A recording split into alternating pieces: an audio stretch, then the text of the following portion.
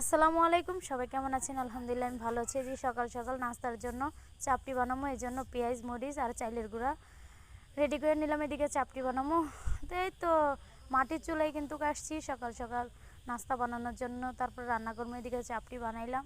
আমার কিন্তু চাইলের গুঁড়ার চাপটি খুবই ভালো লাগে। তো আজকে কী রান্না করবো, এই যে সব কিছু কাইটা কুইটা ধুয়ে নিছি। তো আজকে পুঁইশাক দিয়া, দেশি পুঁইশাক মানে গাছের পুঁইশাক দিয়া মাছ রান্না করবো, গরুর মাংস ডাল রান্না করবো। তো কীভাবে কী রান্না করি তা দেখেন। গ্রামে আসলে কিন্তু টাটকা টাটকা সবজি খাওয়া যায়, আমার কাছে খুবই ভালো লাগে।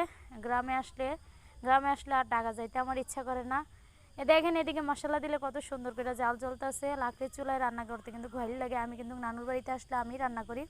এদিকে তরকারি রান্না করার জন্য মাছ ভাজিয়ে নিলাম, তারপরে এই যে তো মশলা কষিয়ে নিলাম মাছ রান্না করার জন্য। এদিকে গরুর মাংস রান্না করার জন্য মশলা কষিয়ে নিতেছি ভালো করে। এই যে এদিকে গরু গোস্ত কষায় নিতেছি ভালো করে।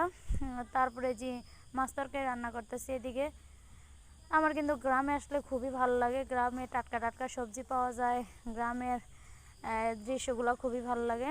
এদিকে ডাল মাছ তরকারি হয়ে গেছে, তো এদিক দিয়ে আরেক চুলায় ডাল রান্না বসাই দিলাম। মুসুরি ডাল রান্না করতেছি। মুসুরি ডাল পাতলা করে রান্না করলে আমার কাছে খুবই ভালো লাগে। তো আজকে কী রান্না করলাম, এই যে এদিকে ভাত রান্না করলাম আর মাছ রান্না করলাম, গরুর মাংস ডাল রান্না করলাম। আজকে আমাদের বাড়িতে মেহমান আইব। তো আজকে আমাদের বাড়িতে কে আসলো, আজকে আমাদের বাড়িতে আমার বোন আর আছে আমার বোনের জালে আসলো। তো এদিকে কী নিয়ে আসলো, আমার বোনের বাড়ির থেকে আসার সময় একটা বেকারি পড়ে, বেকারি থেকে আমার বোনে অনেক ধরনের কেক বিস্কিট নিয়ে আসলো আমার ছেলের জন্য, আমার নানাই বুড়া মানুষ তার জন্য।